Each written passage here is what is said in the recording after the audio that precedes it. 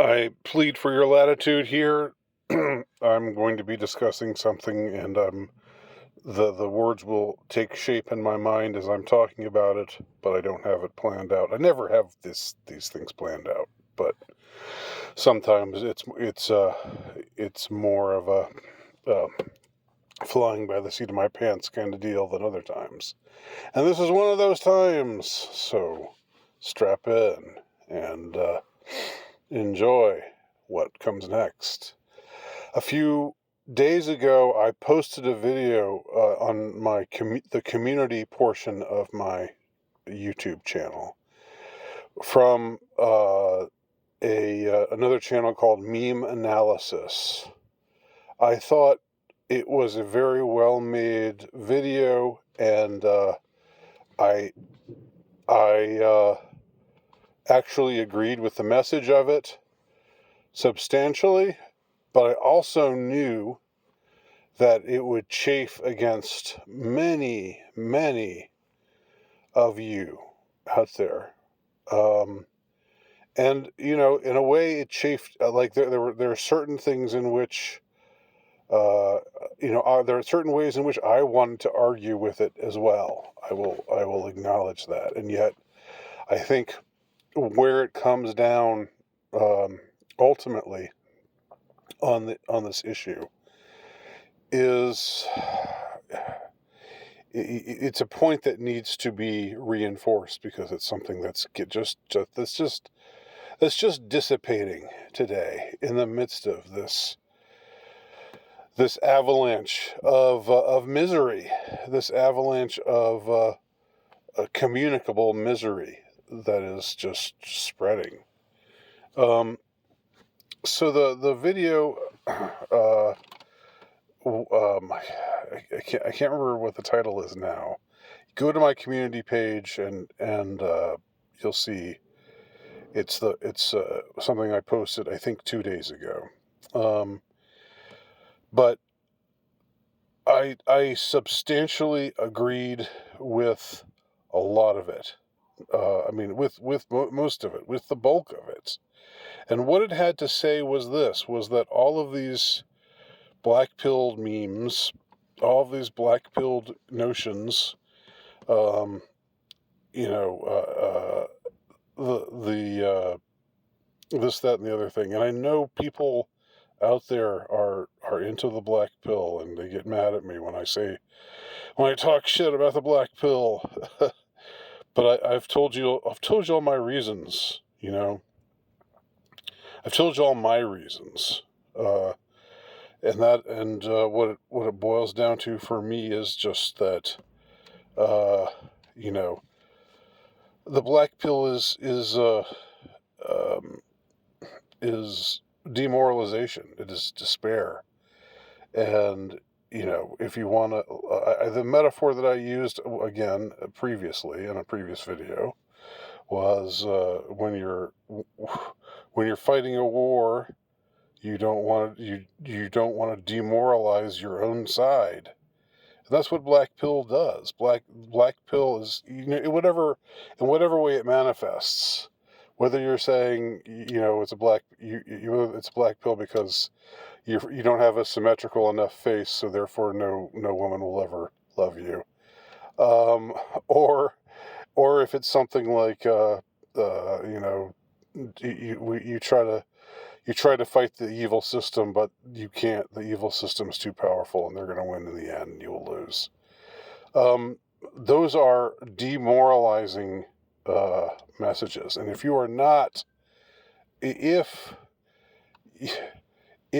you're saying those kinds of things, and you're not a secret agent for the evil neoliberal empire of degeneracy and and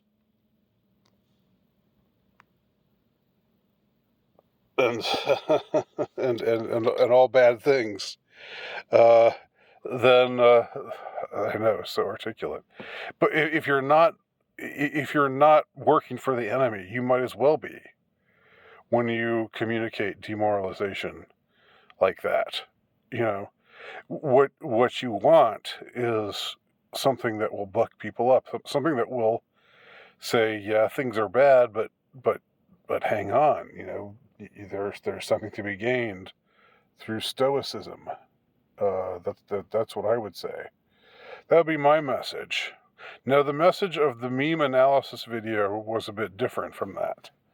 The meme analysis video was saying you shouldn't give up on love. Essentially, that love is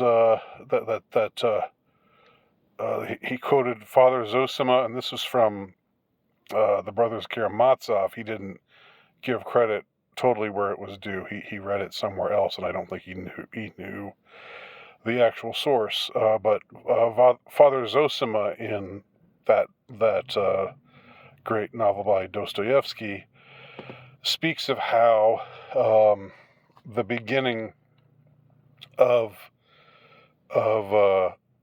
hell, the beginning of damning oneself to hell, is believing a demon that takes you that separates you from love in whatever way you want to talk. Whatever way you think of love, whether we're talking about romantic love or any other kind of love. The separation from love is the separation from God, and therefore it's a hellish way to exist, because in hell the biggest punishment, whatever the actual physical punishments may be,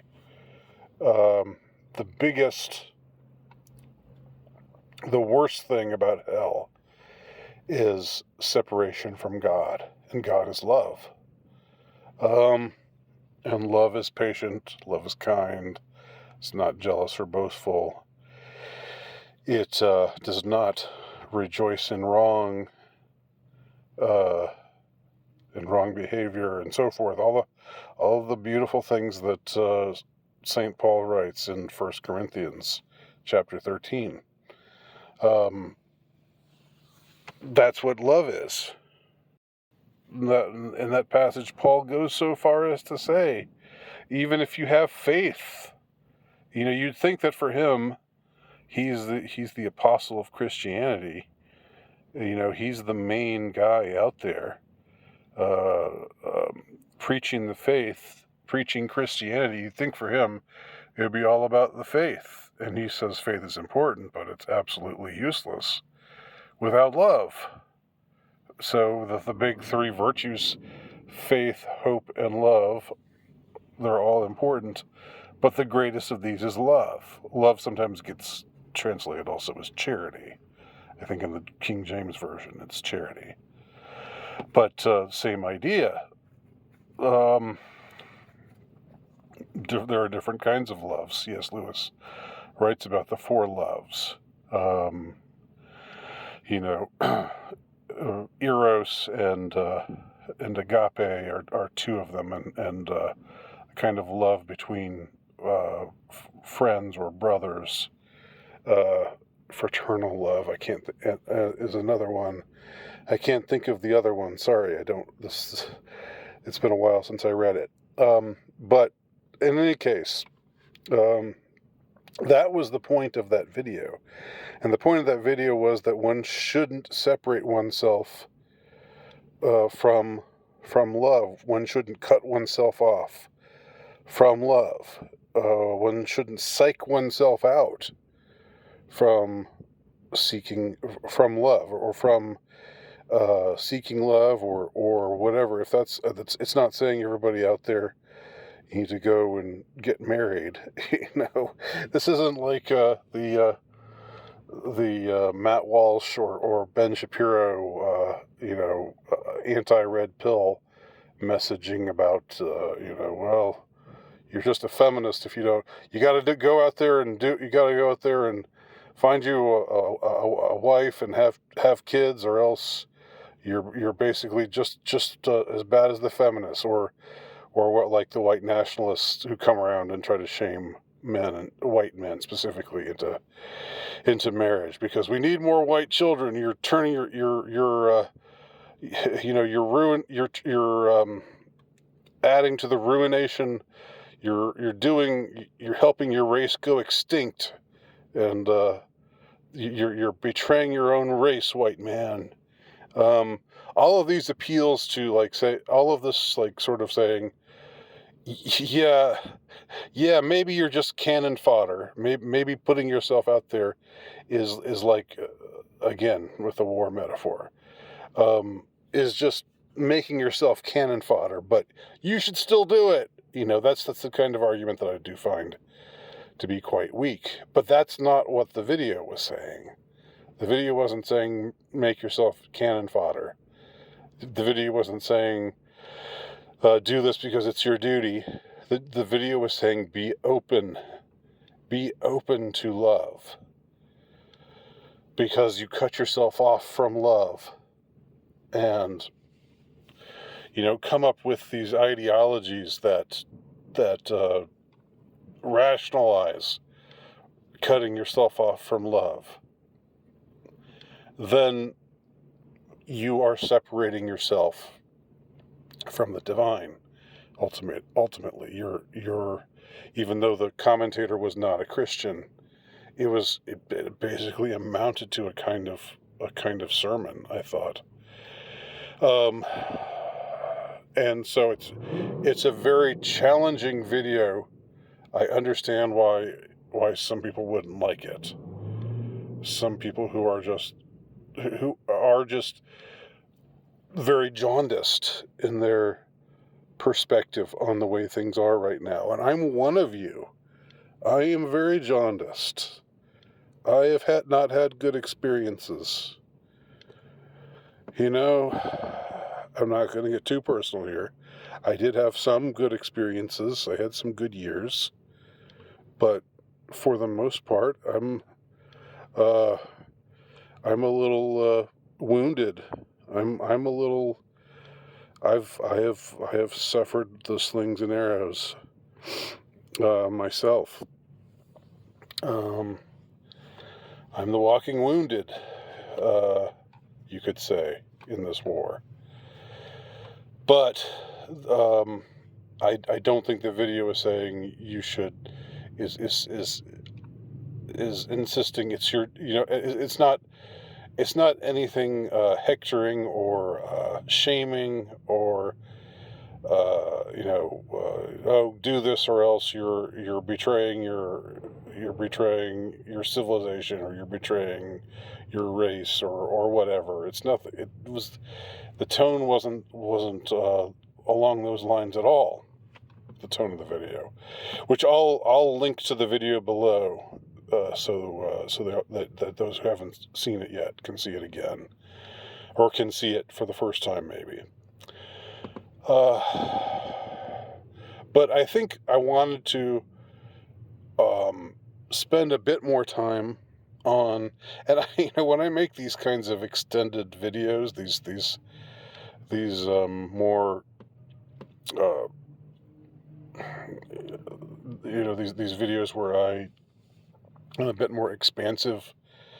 I don't know who the hell watches past the 4-minute mark. I don't know if anybody's still watching right now. If you are, God bless you.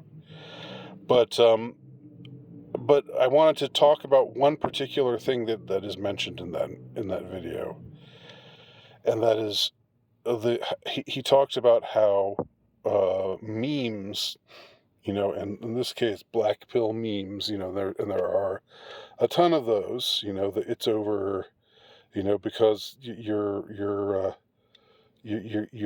I don't even know what it's called right now, but because your face, your nose is not the right distance from your eyes, or your eyes are too far apart from each other, or your face isn't totally symmetrical, or whatever it is that supposedly makes for the Chad, the Chad facial appearance, that you're just you're gonna just strike out, and then you're just gonna be miserable forever. This is the thing. Like he here's what I thought was compelling. He talks about the these things that exist as memes, and the name of his um, channel is Meme Analysis. But he talks about how these things that exist as memes, how they're contagious. You know, how they spread they go from mind to mind, and they get into your mind, and if it's a meme that on the one hand is really um, compelling or eye-catching or convincing, if it's a well-constructed meme, but it's a meme that uh, ultimately spreads misery, then misery has free reign. Misery goes from person to person, from reader to reader, from one meme viewer after another. The ones who get exposed to these memes, the misery enters their heads like a kind of mind virus. And it is contagious. Misery is contagious. And I'm tired of misery. I'm tired of living in a miserable world. I'm tired of it. I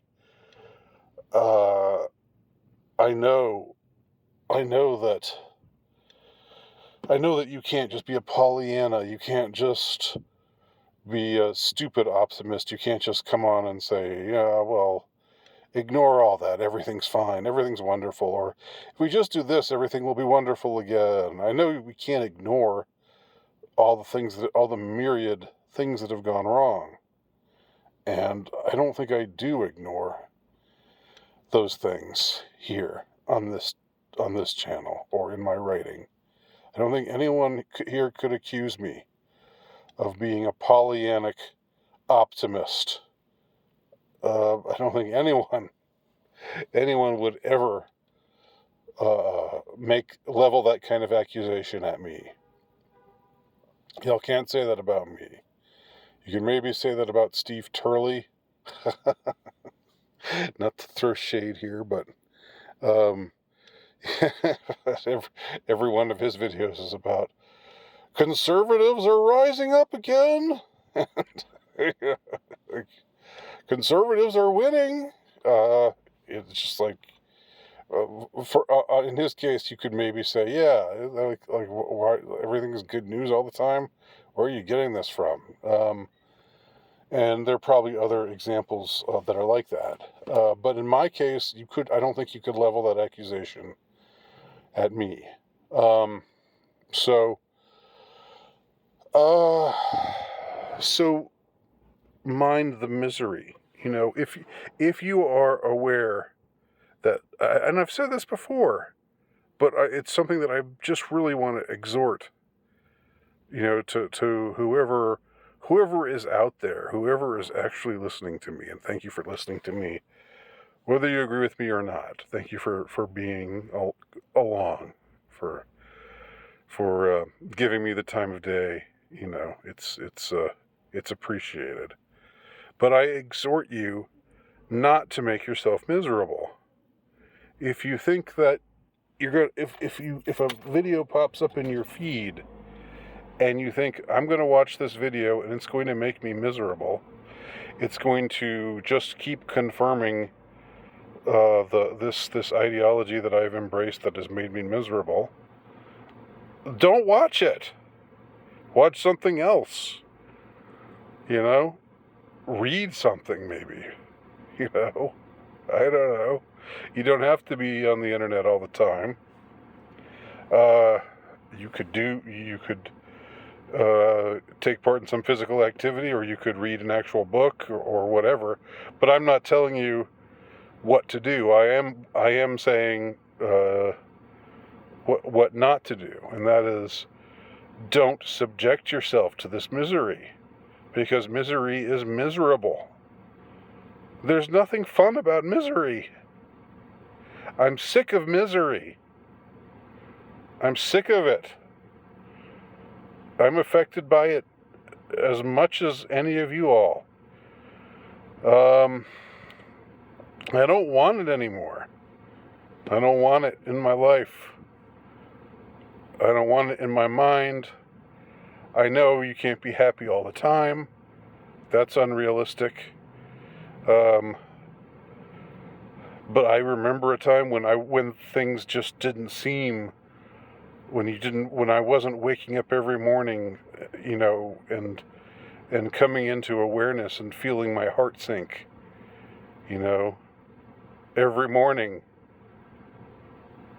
I remember there was a time when I'd wake up in the morning, and the first thing that my heart would do is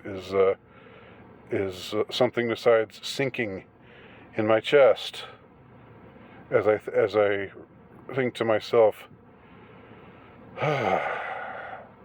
another day in this world. Another day in this world. Another day trying to resist the urge to annihilate myself. Oh God. Oh God. I'm being a little melodramatic here, but I remember when things didn't hang so heavy all the time. And now they do. And we are subjected to the misery. And you are, if you're choosing to read this article, or watch this video, or take part in these particular memes, if you're choosing to do those sorts of things, you are, as Meme Analysis said, you are helping to spread misery in the world. So that's even worse. That's a worse sin than making yourself miserable, because arguably, it's your life, it's your mindset, it's your mental health. If you want to wreck it, that's up to you. But when it comes to other people, you have a responsibility. And I think you feel this most acutely, not to pull rank on anyone, but I think you feel this most acutely when you have children, when you have, when you have little ones out there who are reliant on you, staying the course and doing what is right, and being a happy warrior. That's important. Now, my little ones aren't very little anymore, but still, the point holds. So, those are my thoughts on this subject. And I hope that if you respond to this video, I hope you do in a way that takes into account what I've actually said. I hope that you don't just come on and say, look, Nowicki, I'm tired of you attacking the black pill all the time. Because the black pill is just truth, okay? The black pill is just truth. I mean, no. You're wrong. You're wrong. The black pill is not truth. The truth isn't all dark. Truth is all kinds of things. Truth is good as well as bad. Truth is multifaceted. So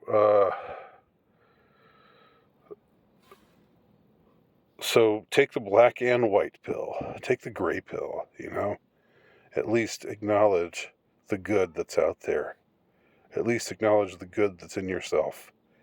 And be open to it. Be open to love, even if you've given up on, finding a wife or whatever. Be open to love, whatever form that might take. That would be what I would exhort That's what I would humbly beseech all of you who are watching this. And thank you for watching this.